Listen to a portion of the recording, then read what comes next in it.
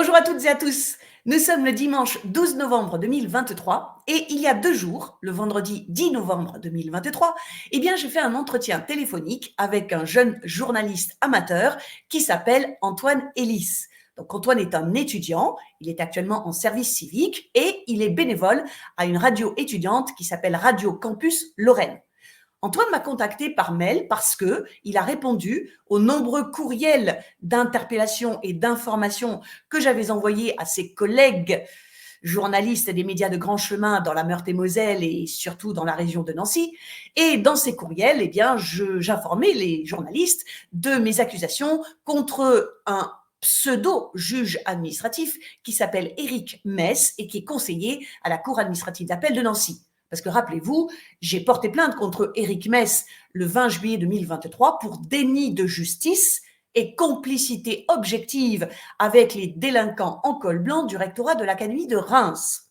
Et donc, malheureusement, ces pseudo-journalistes de grand chemin m'ont envoyé beaucoup de notifications de lecture depuis le mois de juin 2023, mais ils ne m'ont pas contacté directement. Et Antoine Elis, lui, l'a fait. Donc, je le remercie encore parce que c'est encourageant de voir que c'est un jeune bénévole qui justement veut assurer sa mission d'information du public. Donc, vous allez écouter cet entretien de 15 minutes environ avec Antoine Elis de Radio Campus Lorraine et j'ai voulu justement faire une vidéo à partir de cet entretien téléphonique parce que je veux lui faire de la publicité à Antoine Elis, de la bonne publicité et je veux aussi faire honte à ses collègues adultes journalistes des médias de grand chemin de Nancy et de la Meurthe-et-Moselle qui ne veulent toujours pas informer le public sur les accusations très graves que je porte contre un pseudo-juge administratif et contre, bien sûr, les délinquants en col blanc du rectorat de l'Académie de Reims. Donc, bonne écoute et à très bientôt. Ciao! Et je précise aussi que je ne connaissais pas à l'avance les questions que Antoine m'a posées. Alors, on passe tout de suite à notre premier invité. On accueille Jocelyne Chassard. Bonjour Jocelyne Chassard. Vous vous définissez vous-même comme citoyenne combattante et enseignante en documentation. Et si on vous reçoit aujourd'hui, c'est notamment parce que vous avez porté plainte contre Éric Mess, juge administratif à la Cour administrative d'appel de Nancy. Vous l'accusez de déni de justice depuis qu'il a refusé de s'occuper de votre recours à votre révocation en septembre dernier. Donc on le rappelle, vous avez été révoqué de l'éducation nationale en tant qu'enseignante en documentation, ça c'était en 2019. Alors pour commencer, qu'est-ce que vous reprochez précisément au juge administratif Éric Mess ? Ok, alors juste pour préciser, donc il y a eu 2 révocations par le ministre, l'ex-ministre Jean-Michel Blanquer, révocations que je conteste évidemment parce qu'elles font suite à un conseil de discipline irrégulier qui a été orchestré contre moi par l'ex-rectrice de l'Académie de Reims, qui s'appelait Hélène Incel, et actuellement elle est à Grenoble. Donc ce conseil de discipline irrégulier, il a provoqué 2 révocations, l'une en août 2019 que j'ai contestée bien sûr et qui a été annulée 2 ans plus tard. Et ensuite, le ministère a fait appel de cette annulation et il a pris une 2e révocation contre moi qui date de septembre 2021 et que j'ai contesté évidemment aussi. Alors, Monsieur Éric Mess, donc, il est intervenu en septembre 2021 parce que, comme le ministère de l'Éducation nationale avait fait appel de l'annulation de la première révocation, eh bien, cet appel va à la Cour administrative d'appel de Nancy. Et là, Monsieur Éric Mess, il a été saisi de cette requête en appel du ministère et donc de mon recours contre la première révocation, il a été saisi en septembre 2021. Et donc, depuis septembre 2021, Monsieur Éric Mess, qui devrait instruire le dossier, et instruire un dossier, ça veut dire examiner tout ce qui est écrit par le ministère de l'Éducation nationale et par moi-même, eh bien, au lieu d'instruire, il n'a rien fait. Et notamment, il a refusé, justement en ne faisant rien, il a refusé de prendre 2 mesures d'instruction très simples que je lui demande de prendre pour vérifier mes accusations. Alors, les 2 mesures, ce sont que le juge Éric Mess aurait dû ordonner au rectorat de Reims de me communiquer 14 documents administratifs auxquels j'ai droit, de par la loi et de par la Constitution, et il aurait dû ordonner au rectorat de Reims de me laisser consulter mon dossier administratif parce que j'ai découvert la preuve qu'une manipulation frauduleuse avait été commise dans mon dossier administratif en 2019, juste avant le conseil de discipline, et donc le juge Éric Mess aurait dû, de par sa fonction de juge, pour vérifier mes accusations, il aurait dû ordonner au rectorat de me communiquer des documents et de me laisser consulter mon dossier administratif. Et en fait, le juge Éric Mess, malgré plusieurs demandes que je lui ai faites par écrit, malgré une sommation interpellative que je lui ai fait délivrer par huissier de justice en juin 2023, le juge Éric Mess refuse de prendre ces 2 mesures d'instruction. Et donc vous n'avez jamais été en contact direct avec Éric Mess, à part vos mails, vos sollicitations sans réponse? Non, parce que dans une procédure administrative, eh bien, c'est surtout les écrits qui comptent. Donc, j'ai déposé évidemment des mémoires auprès de monsieur Éric Mess depuis septembre 2021. Je lui ai envoyé aussi des courriels et j'ai fini par lui envoyer une sommation interpellative par huissier de justice le 9 juin 2023. Eh bien, monsieur Éric Mess n'a rien fait de ce que je lui demande. Et en plus, Antoine, lorsqu'il a eu connaissance de ma sommation interpellative par huissier de justice au mois de juin 2023, il a été tellement vexé qu'il a voulu clôturer l'instruction de mon dossier sans avoir pris les mesures que je lui demandais de prendre.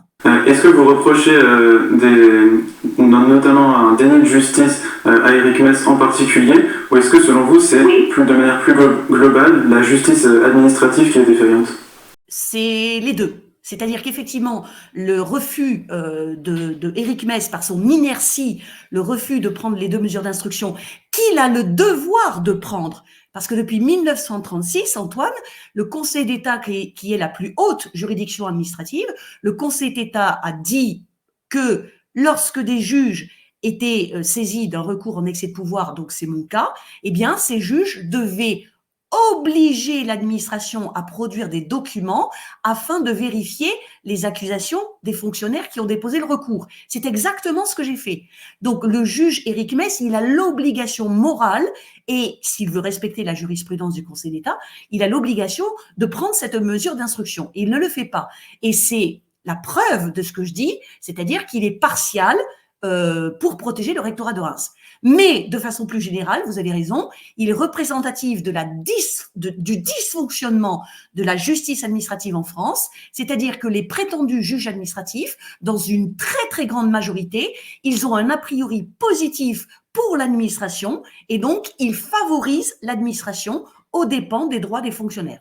Et donc vous pensez que l'administration, de manière encore plus générale, en France, quelle est votre opinion sur l'administration? Est-ce qu'elle est aussi défaillante? Alors, mon opinion sur une administration que je connais bien maintenant depuis 30 ans, c'est-à-dire l'éducation nationale, parce que je ne parle que des choses que je connais, donc je peux affirmer aujourd'hui que les hiérarques, c'est-à-dire les membres des administrations qui occupent des postes à responsabilité, notamment dans les rectorats d'académie et notamment au ministère de l'Éducation nationale, une grande majorité de ces hiérarques piétinent les droits des fonctionnaires, violent les droits, violent le droit et ne respectent pas la loi. Une grande majorité de hiérarques dans l'éducation nationale et dans ce cas aujourd'hui. Et j'estime aujourd'hui que l'éducation nationale est, sur le plan du respect du droit, et l'administration la plus pourrie et la plus gangrenée de toutes les administrations publiques. Alors jusqu'en 2019, vous étiez professeur en documentation.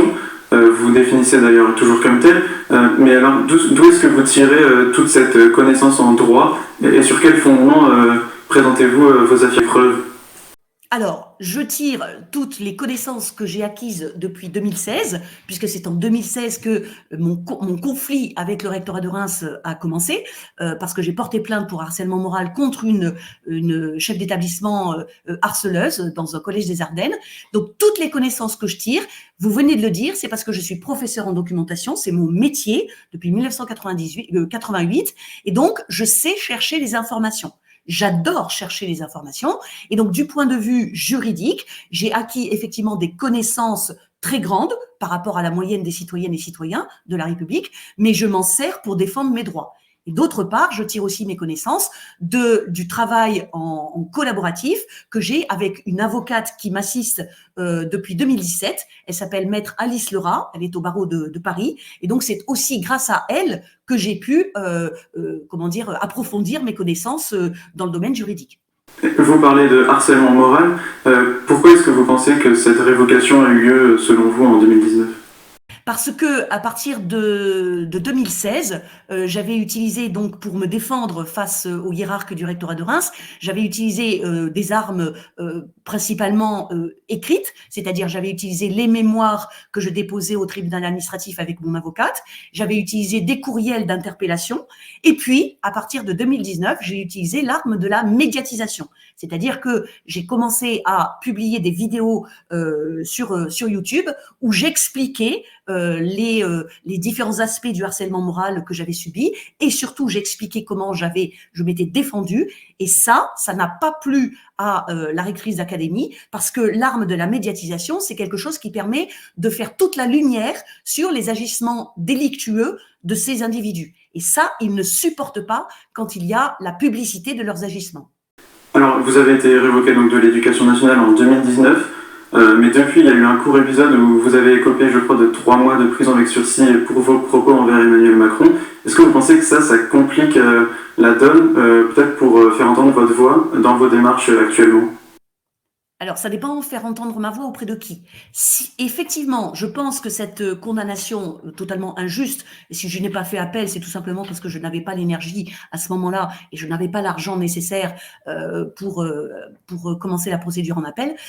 La décision était injuste, mais pourquoi alors avoir déclaré, je crois, au micro de Cyril Hanouna que vous trouviez justement qu'elle était juste ? Ah non, je n'ai pas déclaré ça, Antoine. Non. J'ai dit que la présidente du tribunal correctionnel à Châlons-en-Champagne avait mené correctement l'audience. C'est pas pareil. Elle a correctement mené l'audience. Par contre, le jugement qu'elle a rendu est injuste. Il y a une différence entre le fait de mener une audience de façon correcte et le fait de rendre un jugement injuste. Donc je le redis, elle a tout à fait correctement mené l'audience. Par contre, le jugement qu'elle a rendu est injuste. Et donc vous pensez, pour revenir sur ma question d'origine, est-ce que vous pensez que ça complique la donne pour peut-être revenir à votre poste d'enseignante dans les années à venir ? Non, je pense que ça complique la donne, comme vous l'avez dit dans votre question initiale, pour faire entendre ma voix. Parce que je pense maintenant, à la suite de tous les courriels que j'ai envoyés à vos collègues journalistes des médias de grand chemin dans la Meurthe-et-Moselle, qui m'envoient des notifications de lecture, mais qui ne me contactent pas, alors que vous l'avez fait, je pense que ça complique les choses parce que ces individus, alors que je leur apporte toutes les preuves de ce que j'affirme, eh bien, se disent « ouais, elle a été condamnée déjà, bon, si on lui donne la parole, ça va peut-être nous causer des problèmes. » Et donc, votre travail se résume donc aujourd'hui à votre travail sur ces affaires en cours. Comment est-ce qu'il s'organise justement votre travail ? Est-ce que vous travaillez exclusivement sur ces dossiers depuis chez vous, par exemple ? Oui, c'est exactement ce que je suis obligée de faire. Je travaille exclusivement chez moi. Je ne peux pas être à la recherche d'un autre emploi parce que de toute façon, ça me demande en moyenne, si vous voulez, ça me demande 6 à 7 heures de travail par jour. Voilà, en moyenne. Donc, je ne peux pas. Mon objectif, c'est de faire annuler les 2 révocations, c'est d'obliger ces prétendus juges administratifs comme Monsieur Éric Mess à garantir le respect de mes droits. Et voilà, c'est mon objectif ultime et je n'arrêterai que lorsque j'aurai gagné. Et donc votre objectif ultime, c'est de redevenir enseignante en documentation en collège comme vous l'avez toujours été. Et pour vous, c'est pas possible d'avoir un autre emploi. Est-ce que c'est votre vocation finalement, enseignante ? Tout à fait. Alors, je me suis aperçue, ce n'était pas ma vocation lorsque j'ai passé le CAPES de documentation en 1991. Ce n'était pas mon objectif parce que je ne pensais pas que j'allais devoir justement faire une activité d'enseignement. Je pensais que j'allais faire de la documentation dans un établissement scolaire. Voilà. Et les 5 premières années, en fait, à partir de 1991, eh bien, j'ai compris qu'effectivement, c'était pour moi une vocation d'exercer l'esprit critique des élèves, que d'élever les connaissances des élèves, que d'élever aussi leur niveau intellectuel, leur niveau moral. C'est vraiment quelque chose pourquoi je suis faite et je me suis aperçue avec les années que j'étais devenue une bonne enseignante. Et comment est-ce que vous faites pour combler la frustration de ne pas exercer votre activité d'enseignante depuis ces dernières années? Eh bien, je me suis aperçue justement à partir de 2019, lorsque j'ai commencé à faire des vidéos sur YouTube, et à partir de 2020, j'ai créé ma propre chaîne YouTube qui s'appelle Canal Jack. Je me suis aperçue que par le biais de ces vidéos, il y a cette fonction d'enseignement qui continue. C'est-à-dire que j'explique des choses à l'écran, j'essaie de l'expliquer avec le plus de clarté possible, je présente des documents à l'écran, parce que comme vous l'avez dit tout à l'heure, lorsque j'affirme quelque chose, mes affirmations sont fondées, et j'ai compris que cette activité de youtubeuse, si vous voulez, et en plus maintenant j'ai créé aussi un compte TikTok pour m'adresser aux jeunes, c'est par ce biais-là que je continue ma fonction d'enseignement. Et outre cette fonction d'enseignement, est-ce qu'il y a une volonté derrière cette chaîne YouTube et ce compte TikTok de faciliter peut-être les décisions de justice ou de faire entendre votre voix? Est-ce qu'il y a une volonté de faciliter les décisions de justice derrière?